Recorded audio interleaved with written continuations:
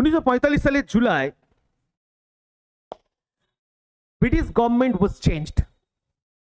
British government মানে ঠিক এরপরে তো দ্বিতীয় বিশ্বযুদ্ধ এন্ড হবে, সেপ্টেম্বরে এন্ড হবে, জুলাইতে ব্রিটিশের গভর্নমেন্ট, ব্রিটিশ যে পার্লামেন্টে যে গভর্নমেন্ট বসেছিল সে গভর্নমেন্ট কি হলো না ওয়াজ এন্ডেড হয়ে গেছে, মানে পড়ে গেছে। আমাদের দেশে যেমন গভর্নমেন্ট পড়ে যায় সেরকম ব্রিটিশের যে গভর্নমেন্ট ছিল ততক্ষণ উইনস্টন চার্চিল কোন গভর্নমেন্টের প্রধানমন্ত্রী ছিল না কনজারভেটিভ পার্টি। ওখানে দুটো পার্টি চলতো ব্রিটিশ পার্লামেন্টে, মানে পুরো ব্রিটেনে তখন একটা কনজারভেটিভ পার্টিস আর একটা হচ্ছে লেবার পার্টিস। তো কনজারভেটিভ পার্টিজের যে প্রধানমন্ত্রী ছিল চার্চিল, চার্চিল ওয়াজ গন, বোঝা গেছে স্যার? তো কনজারভেটিভ পার্টি তার জুলাই 1945-এ ব্রিটেনের যে সংসদ থেকে মানে ব্রিটিশ পার্লামেন্টে থেকে কনজারভেটিভ পার্টি চলে গেল। কনজারভেটিভ পার্টির প্রধানমন্ত্রী কে ছিল? Winston Churchill, out. তাহলে ইন করবে কে এবার? এটলি।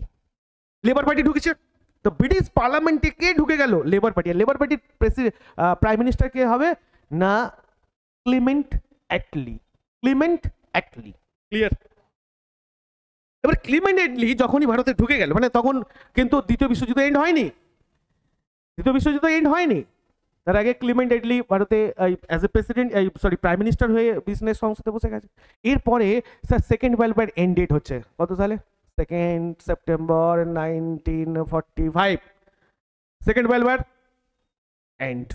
সেকেন্ড ওয়ার্ল্ড যখন এন্ড হয়েছিল, এবার লেবার পার্টি যখন ব্রিটেনে আসে না সংসদে আসে কিছু তো চাই স্যার আমার।